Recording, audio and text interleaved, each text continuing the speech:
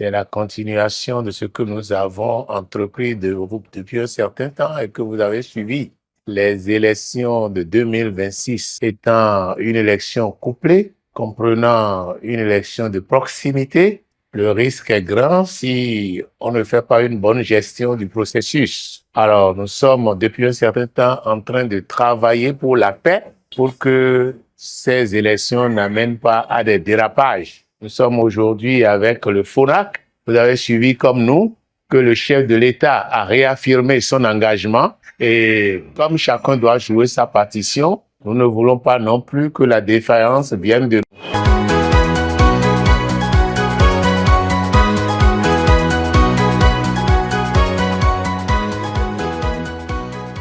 Au siège du Front des organisations nationales contre la corruption FONAC, nous avons reçu une délégation du cadre de concertation des partis de l'opposition qui est venu nous entretenir sur la volonté de concrétiser ce qu'ils avaient obtenu du chef de l'État, à savoir faire l'audit de la liste électorale pour les élections de 2026. Je voudrais rappeler qu'en octobre 2022 déjà, pour les élections de 2023, c'est le FONAC qui a demandé et obtenu que nous puissions faire l'audit de la liste électorale qui a servi à faire les élections de 2023. Tous les partis étaient là. Union progressiste, le Renouveau, Bloc républicain, FCDE, tous les autres partis également étaient là, représentés.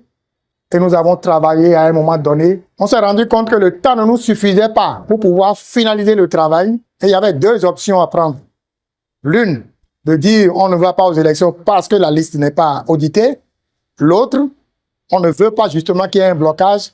Nous préférons aller avec cette liste-là, qui a beaucoup d'insuffisances aux élections. C'est ce que nous avons choisi. Maintenant qu'il est question de faire l'audit de la liste, j'entends beaucoup de gens dire que la liste n'existe plus. C'est pas vrai. Une liste électorale, un fichier électoral n'est pas du sucre, n'est pas du sel. Quand vous mettez le sel dans la sauce, vous ne pouvez plus retirer le sel. Quand vous mettez le sucre dans votre thé, dans votre café, vous ne pourrez plus retirer le sucre. Donc, une liste électorale existe. Mais nos amis qui sont en train de poser des problèmes savent très bien qu'il y a eu beaucoup de cas d'incohérence dans la liste de 2023. L'article 32 du Code électoral en vigueur à ce jour dispose expressément que la Direction générale des élections au niveau de la Sénat conserve les archives. Cette Direction générale ne peut pas conserver des archives sans le fichier électoral.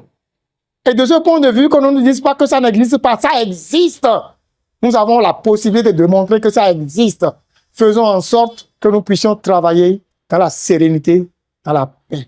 Le Code électoral dispose qu'il faudrait que les élections se fassent dans la transparence. Transparence signifie que nous devons tous être là pour voir clair et savoir ce qu'il faut faire. Jouons le jeu des électeurs. Ce sont eux qui sont les rois. Les électeurs décident de quelque chose, nous devons suivre.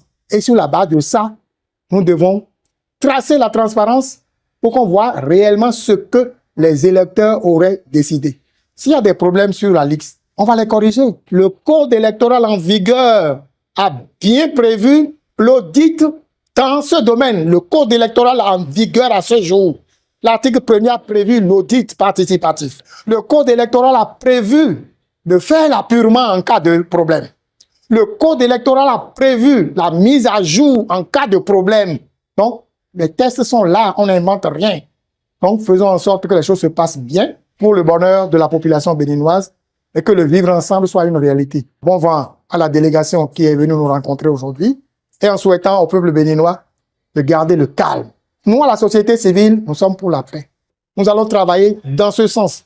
Nous allons inviter tous les acteurs politiques, quels qu'ils soient, à cultiver la paix, à faire en sorte qu'il y ait la paix et que nous puissions continuer de vivre ensemble comme c'est le cas actuellement. Je vous remercie.